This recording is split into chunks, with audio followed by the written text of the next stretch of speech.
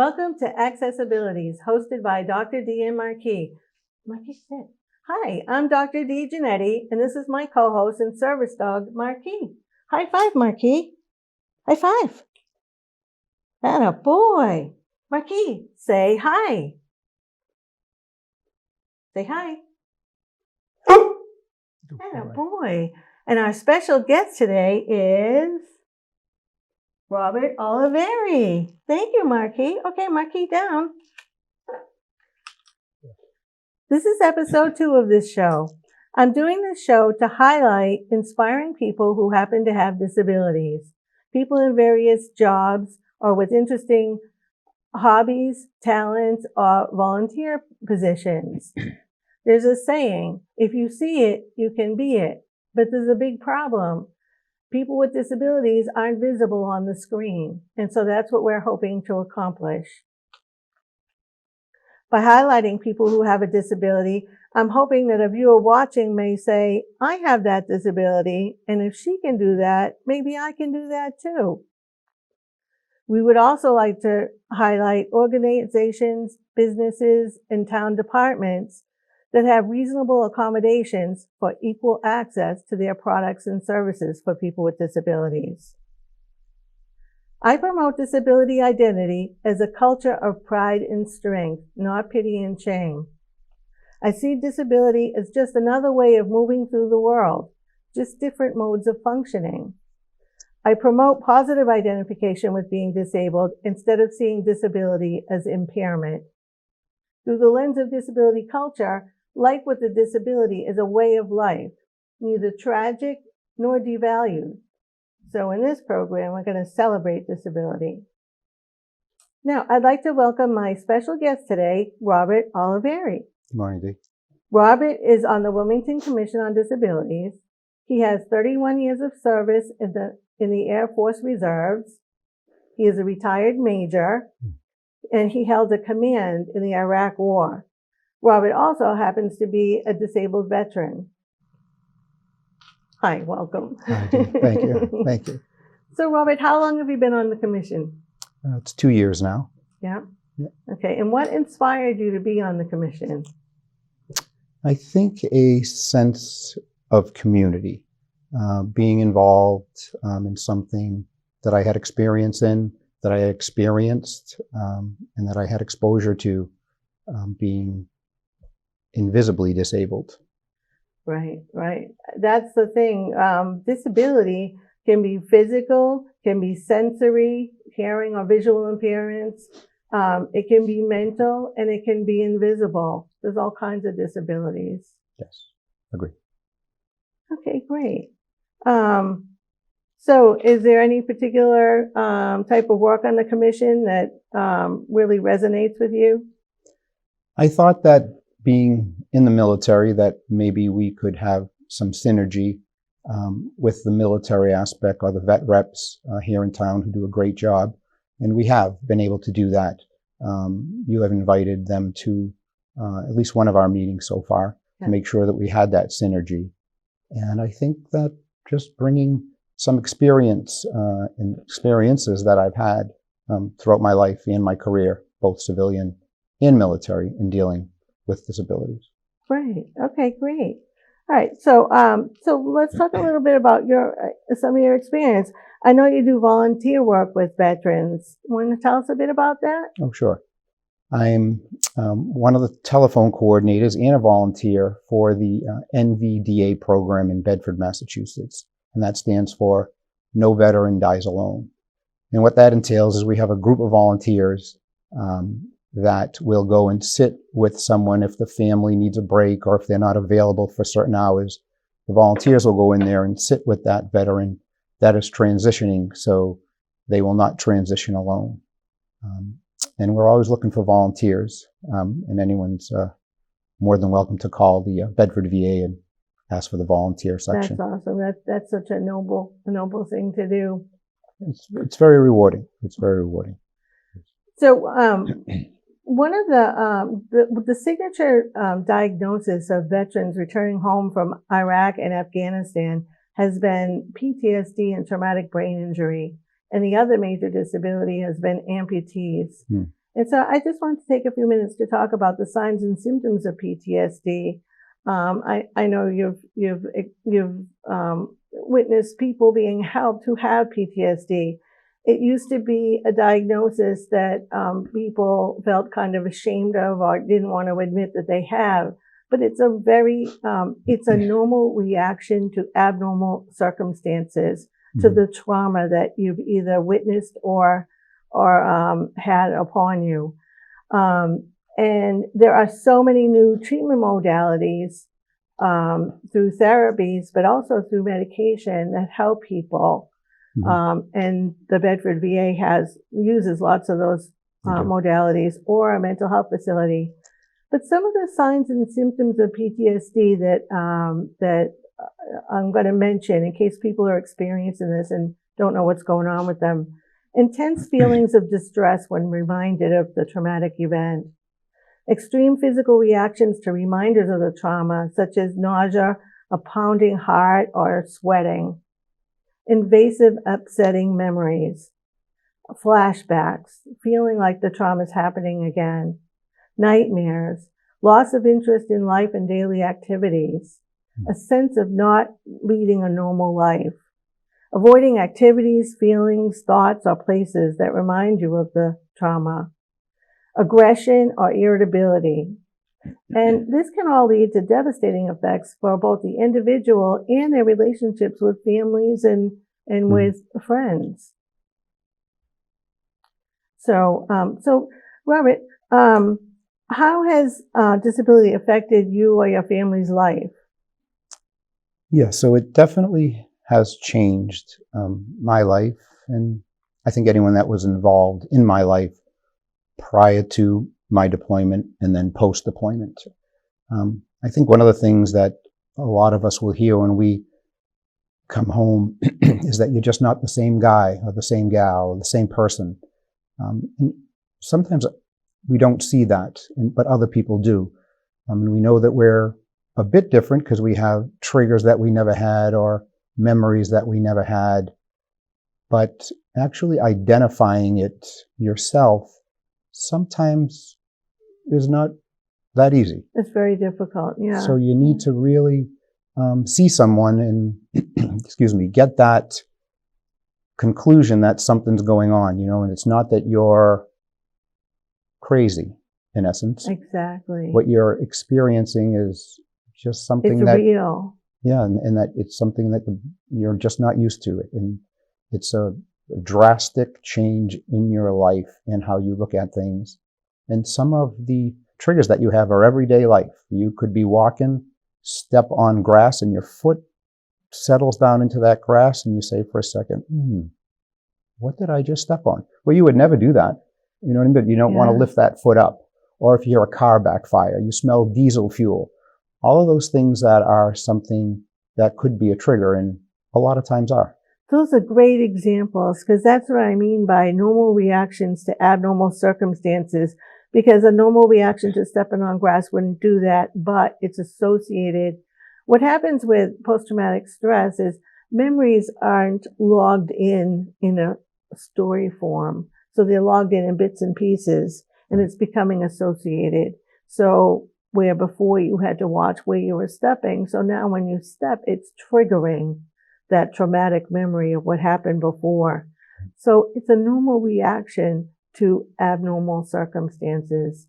And there is help. And I just, really encourage people because there's really good help out there. And you're right, Dr. D. And speaking about it is really great for other vets out there who are told not to speak up about things. Yeah, and some are just, we're all proud, but everyone has different levels. And I think sometimes someone feels embarrassed, that they need to go for that help or something's wrong with them. But as a retired major, I'm told that, excuse me, a lot of officers especially don't go in there, because of that pride factor. And senior NCOs, the same. They have that pride, they're gung-ho, they're tough.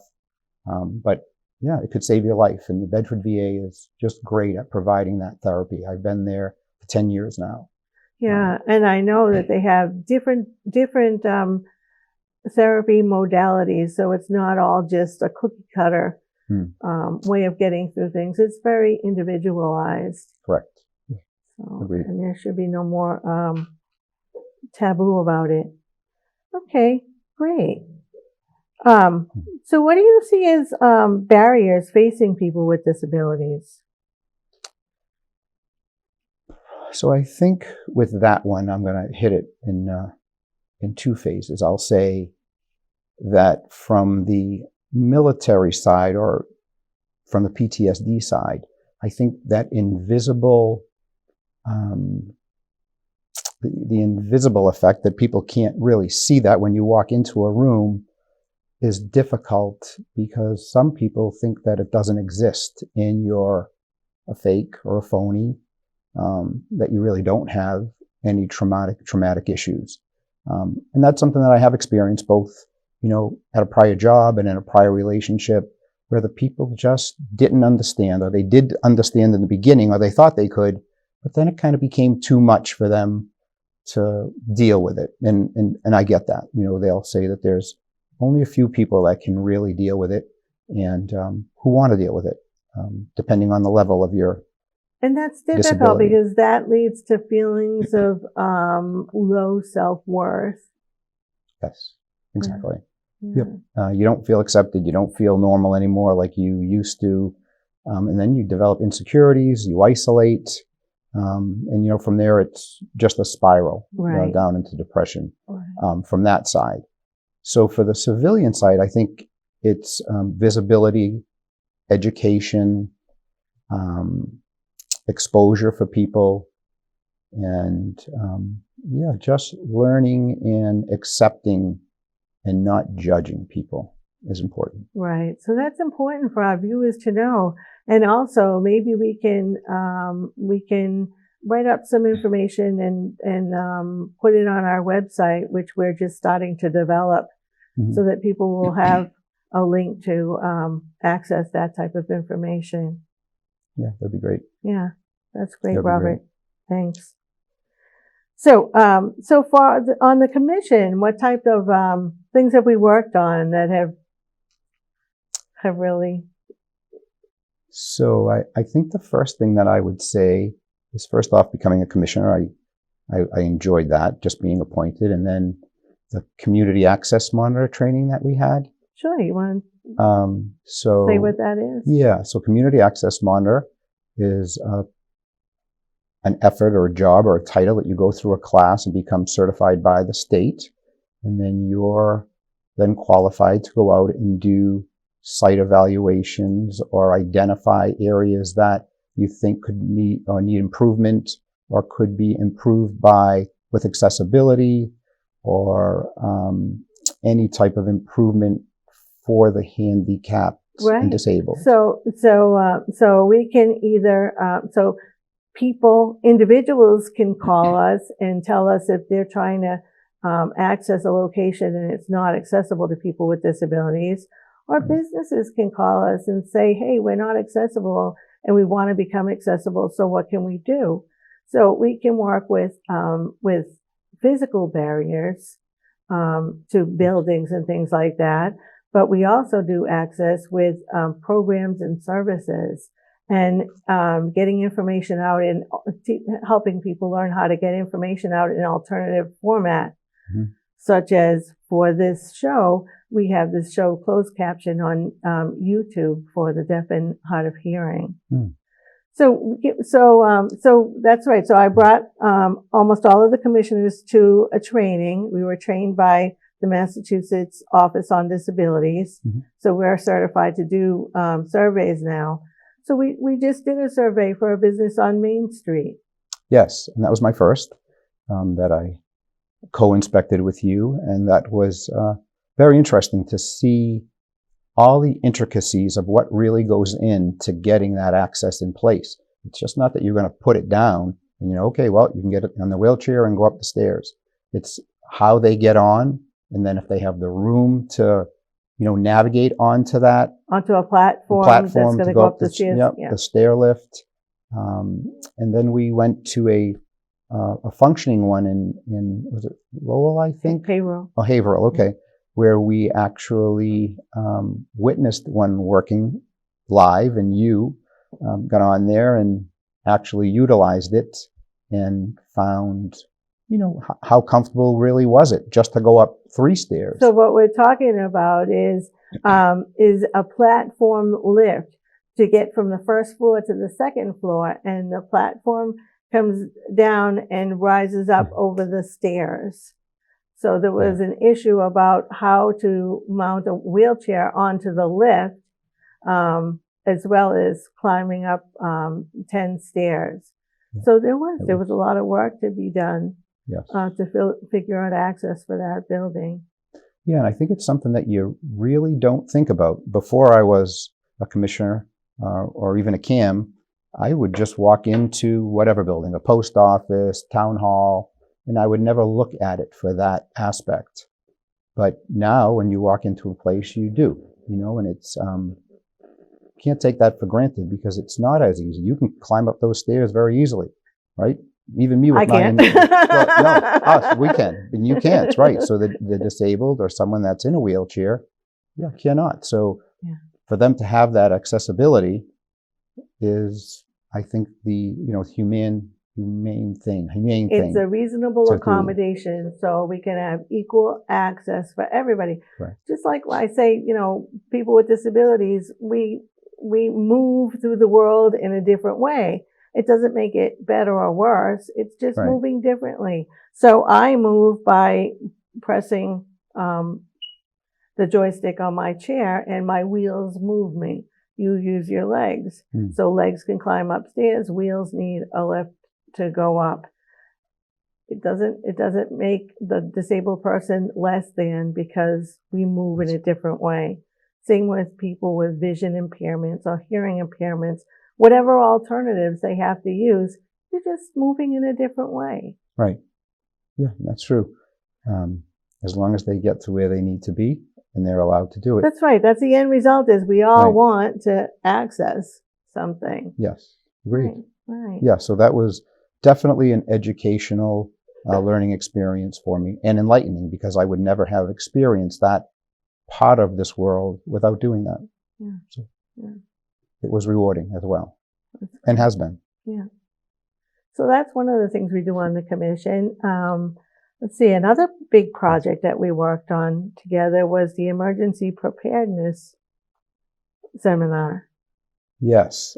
So initially, I think you had sent me to the one in Burlington, and I went. And when I got out of that class, I called you, or we talked, and I had said that it was an excellent class, number one. Number two, from the disaster, I think it was called disaster preparedness seminar or class, and they actually gave you a backpack when you left of all items that you would need or potentially need, during a natural disaster. Right. So this was specifically for people with disabilities. So this backpack was loaded with equipment for at least 3 days for people with disabilities. It's so important because we do need extra Training, extra things with education. us. Right. So we had about 70 people at that training. Yep. So so you went to that training, and then you came back. Came back, and you organized and coordinated us to have them come here to Wilmington. And I didn't remember how many we had, but I know there were quite a few in there that day. So approximately 70 people. And and we happened to be there. You had videoed in that day during that seminar. Right. You I was in a rehab at the time. Yes. So you didn't get recovering to see from them. a hip injury. That's right. That's right. So I was videoed in. Yep.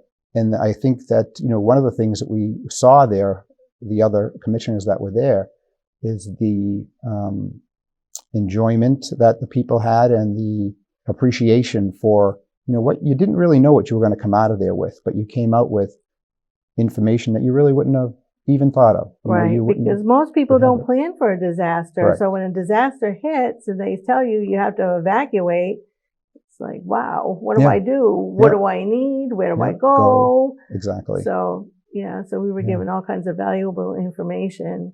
Yes, and that being in the military, that I was very surprised with the contents of that backpack and how they thought it through to what people would need for that 3 to 5 days, that they would be So in shelter. can you think of a few things that were in Yeah, there? the thermal blanket I thought was great. If you're out in the cold, water. One of the things I really liked was I think it was a 5-way device that was a flashlight, a radio, a flasher, a generator to charge your phone. Yeah. And I forgot I know there was 5 on there, but that device I have ended up buying for my family to keep at their house because I just thought it was such an impressive and useful tool. Right. And I would never have thought of buying one of those or possessing one prior to that class, and that just stuck out in my mind. Yeah. And they had some sticks there that turned into lights when Oh, yep, the glow sticks. Yeah. Yep, I do remember those. A first aid equipment that was in there. Yeah. And noted to people with disabilities to bring your prescriptions with you, which True. is important. Yep. And if you can have like 3 days of medication set aside, but that's a very difficult thing to do. Yes. Especially sometimes due to insurance companies because Right. they won't approve something like that. Yes. So that definitely was a worthwhile, interesting, and educational class. Right. And I hope everyone, honestly, not just the disabled, I think that it would be good for everyone to have it at some point. Right. And we like doing that. So if people out there have issues, disability issues they want to know more about or that they want to learn about so we can have an event like that, feel free to email us at accessibilities2020@gmail.com. Very good. Very good. Okay. So anything else that we're... Yeah, I mean, I just did think of something, and I forgot to say it earlier when you had asked me, why I became a member. And in preparing for this, I read some articles, and one thing stuck in my mind when I'd said that it was a sense of community. And I read a quote, I think it was by Michael D'Angelo, and he said, "Without people caring or volunteering, there is no community." And I thought about that, and I said, well, yeah, if no one was out there volunteering or doing anything, how would there be a community? That's so true. And there wouldn't be. So I guess that sense of community, I'm just adding on a bit to that answer that you had initially asked me. Yeah. So it was definitely something that I'm happy that I did. I won't say that I'll be on it forever, but that, the time that I am, I'll probably go on to another committee here in town, or maybe stay on forever. How many years have you been on, Dee? Over 30 years. Yeah, so who knows, right? It's been a long time, yeah. You want to give other people opportunity as well, but I have enjoyed that. And then the other thing I think I would say is and this is for the people out there that are watching that have invisible disabilities. So a lot of disabilities are invisible, but your reactions are not. And that's an important And that was point. unknown, whoever wrote that. And I'd read that a while ago, but recently I saw it again. And it's so true. And I see that with both the physically impaired or the mentally impaired. I see people look at them with a different eye on many occasions. And I think that's relatively sad, but I think they're just not exposed or they don't have the education to understand it. Yeah. And it's surprising that this is 30 years after the Americans with Disabilities Act, which was the civil rights law of 1990 for people with disabilities. When I first started going out in the world wasn't accessible. It wasn't physically accessible or services. And so a friend of mine, Larry, he was a quadriplegic, also in a wheelchair. Well, we would go out to places like the mall and sit there in our wheelchairs just to be visible so people could see us. And the reactions were incredible. People would gasp as they walked by that, oh my God, there's people in wheelchairs sitting there. And mothers would pull their kids away. They'd cross over to the other aisle in the mall. And it's just amazing to think that nowadays people with disabilities aren't visible enough so that people are comfortable seeing them. So it's just another person Right. with a different look. Exactly. Yeah. And a different means of transportation to get around, like you had said, for accessibility. So, but I think, again, that's something that education can definitely enhance understanding. Yeah. Okay, great. Well, thank you, Robert. You've been such a wonderful guest. Oh, thanks, Steve. And now I'm going to leave you with a notable quotable. Today's quote is from William Arthur Ward. A true friend knows your weaknesses, but shows you your strengths. Feels your fears, but fortifies your faith. Sees your anxieties, but frees your spirit. Recognizes your disabilities, but emphasizes your possibilities. So I'd like to thank you for viewing our show today and remind you, if you or someone you know is disabled with an interesting job, talent, hobby, or volunteer position, we'd love to hear from you. You can contact us at accessibilities2020@gmail.com.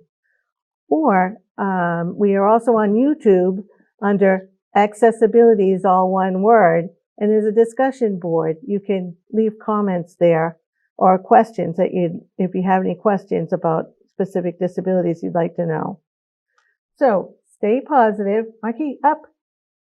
Marky, up. Stay positive, and we'll see you next time. Marky, say bye. Bye. Say bye.